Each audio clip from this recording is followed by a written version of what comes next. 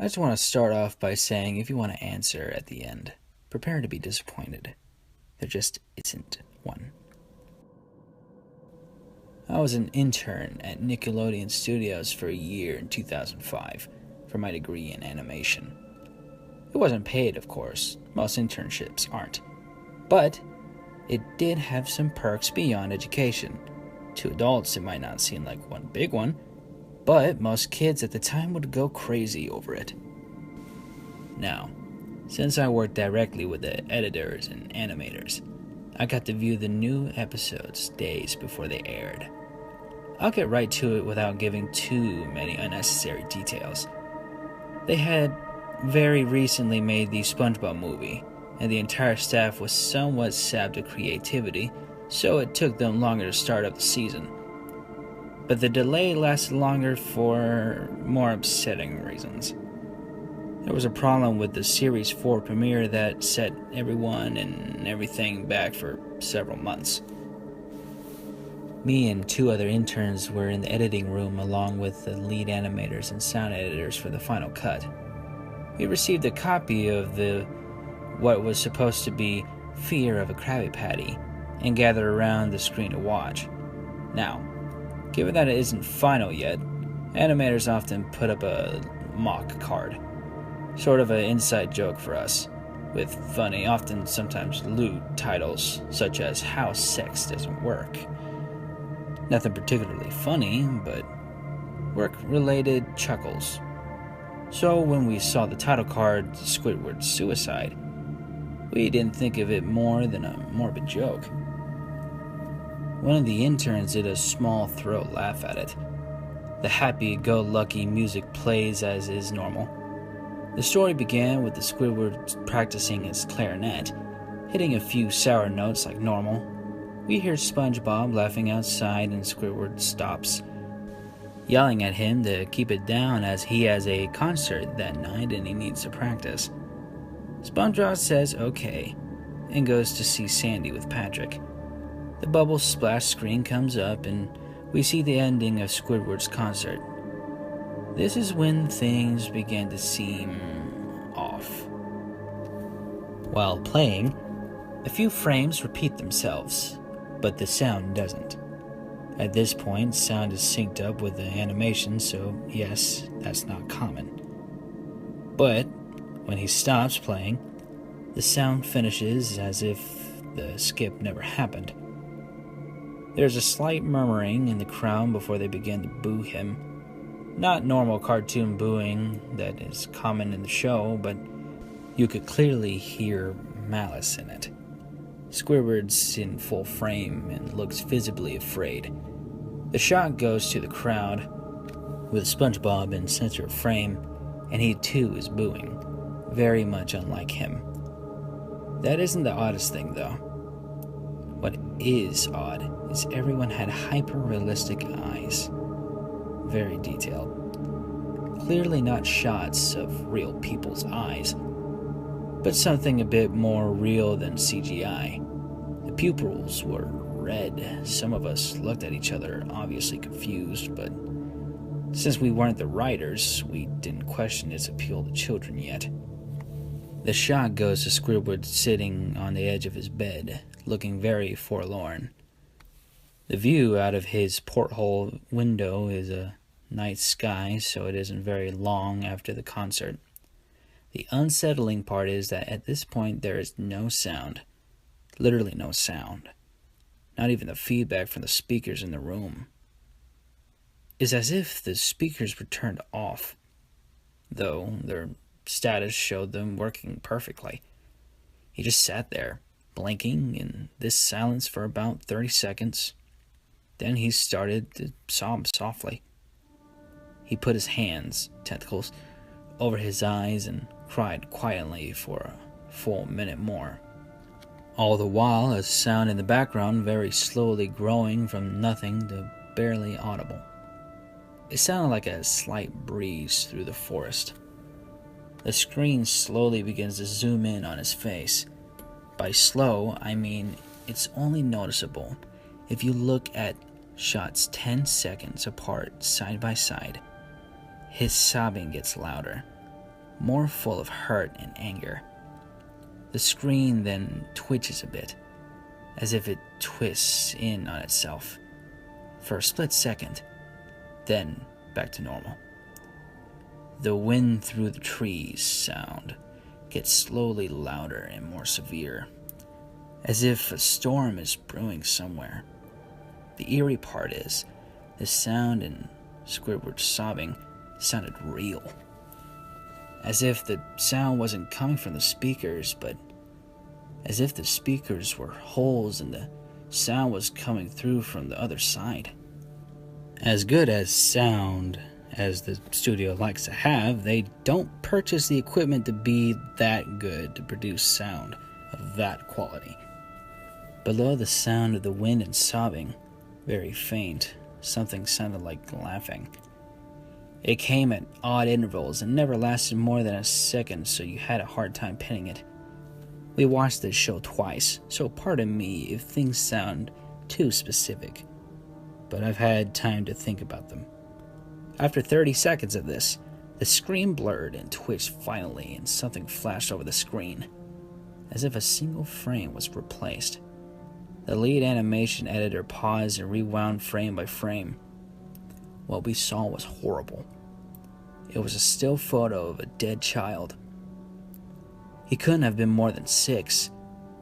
The face was mangled and bloody. One eye dangling over his upturned face popped.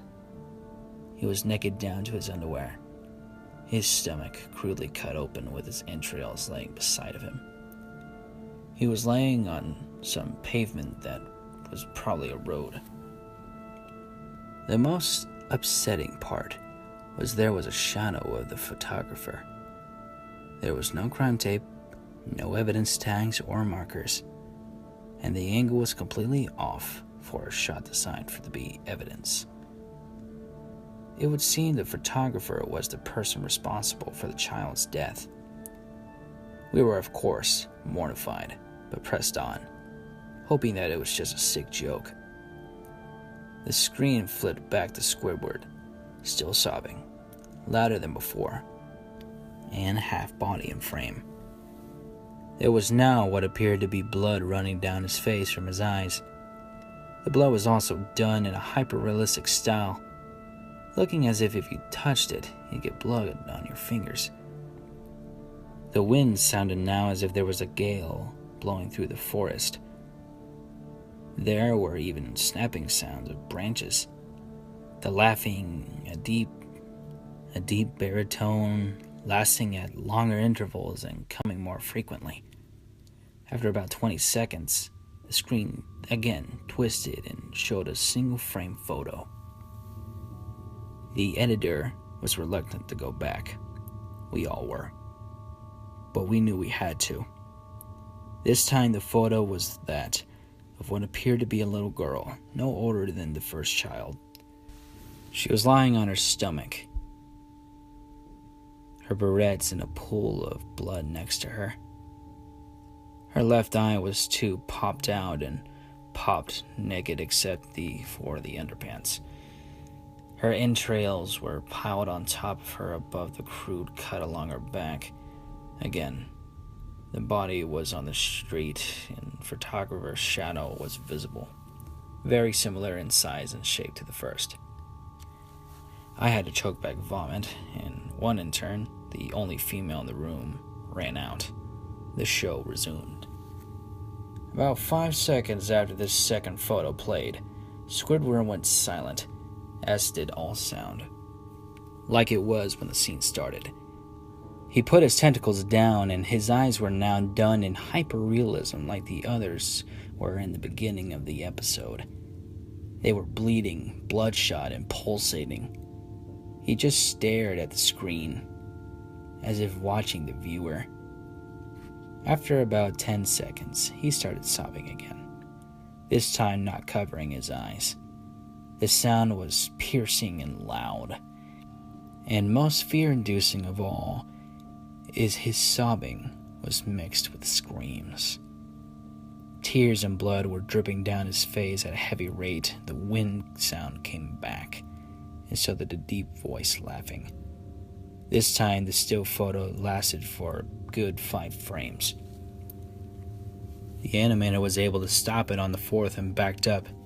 This time, the photo was a boy, about the same age, but this time the scene was different.